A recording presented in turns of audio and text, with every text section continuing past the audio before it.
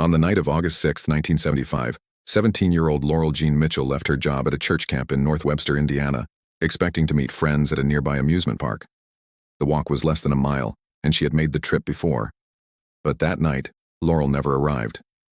Her parents reported her missing early the next morning.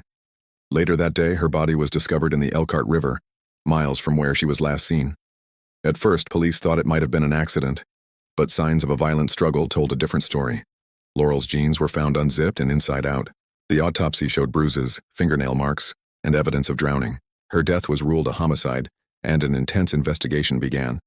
Laurel had been a well-liked student and an active member of her church community. Her murder shocked the small town. Police and sheriff's departments from multiple counties got involved. They interviewed witnesses and combed through evidence, but no solid leads emerged. The case eventually went cold. Decades passed, but investigators didn't forget. In the early 2000s, new information began to surface. Several individuals came forward claiming that two local men, Fred Bandy Jr. and John Wayne Lehman, had made disturbing comments about the murder years earlier. One witness said Bandy had confessed to killing a girl with Lehman during a Bible study group in the 1970s. Others recalled Lehman admitting involvement during relationships and parties in the years after the murder.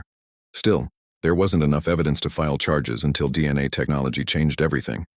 In 2019, Indiana State Police re-examined evidence from the original crime scene.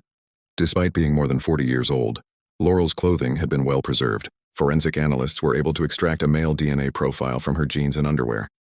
That DNA profile would prove to be the breakthrough investigators had waited decades for. By 2022, police obtained voluntary DNA samples from both Fred Bandy Jr. and John Lehman. The results were conclusive. Bandy's DNA matched the sample from Laurel's clothing. The probability of someone else having that same DNA profile was 1 in 13 billion. In February 2023, nearly 48 years after the crime, Bandy and Lehman were arrested and charged with first-degree murder. Both men were in their late 60s and living quiet lives in northern Indiana. In a twist, Lehman accepted a plea deal in August 2024. He pleaded guilty to conspiracy to commit murder and was sentenced to 8 years in prison. In exchange, he agreed to testify against Bandy. According to Lehman's testimony, the two men had decided that night to abduct a young girl.